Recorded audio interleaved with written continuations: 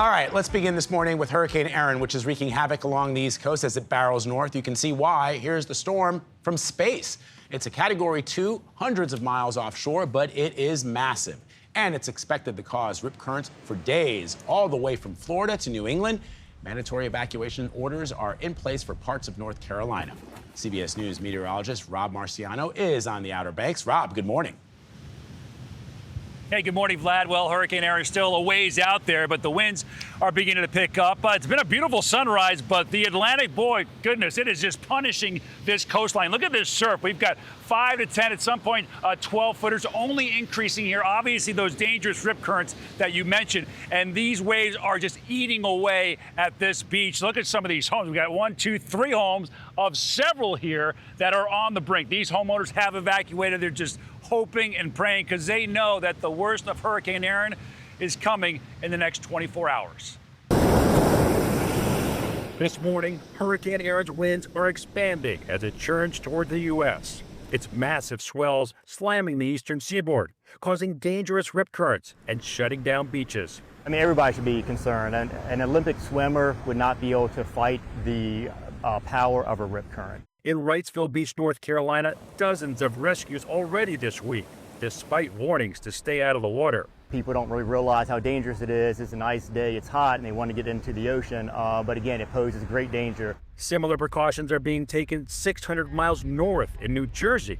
CBS's Meg Oliver is there. Swimming is banned along much of the Jersey shore with red flag warnings in effect. We're already feeling strong winds and waves up to 10 feet high, with the worst of Erin yet to come. We go down our whole checklist as if we were getting a direct hit from any storm. So we've been doing all the storm preparation that we would normally do. Bobby Outen is the Dare County manager overseeing North Carolina's Outer Banks. The popular tourist spot is under mandatory evacuations. Outen says the powerful winds, even miles offshore, could be devastating. A major hurricane being offshore is probably more damaging to this area than a Category 1 that makes a direct hit. Well, you run from the water, and that's what our problem is going to be, is that the waves are going to be huge that come in. They're going to create a lot of overwash, may damage the roads, and so those things cause the problems. They cause the flooding, and it doesn't matter whether it hits us or doesn't. If you get that volume of water, it's a problem. They are prepping as if this is making a direct landfall. That's just what they do. They've had heavy equipment out trying to shore up some of the dunes along Highway 12 because they know that this water at some point, it's already doing it, will cut through some of these dunes and overtop some of those roadways, and some of these areas will be cut off from the mainland. All right, let's show you where Hurricane Erin is right now, about 450 miles from where I stand. It's a Category 2 storm. And we've got another area of development we got to worry about as well. So it's moving northwesterly about 13 miles an hour, picking up steam, and it will be here in the next 24 hours. But those rip currents have been impacting Florida all the way to southern New England for several days now, and that will continue for several more days. And now the winds are going to get closer. That wind field is expanding. So we've got that's pushing up the waves. We could see 20 to 21 footers here by this time tomorrow morning. That is going to be devastating stuff.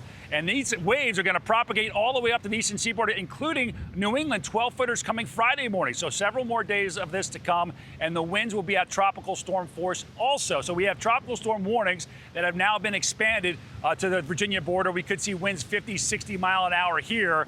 And that will continue to maybe even take down some trees and some power lines. So the watches and warnings have been expanded up towards the north.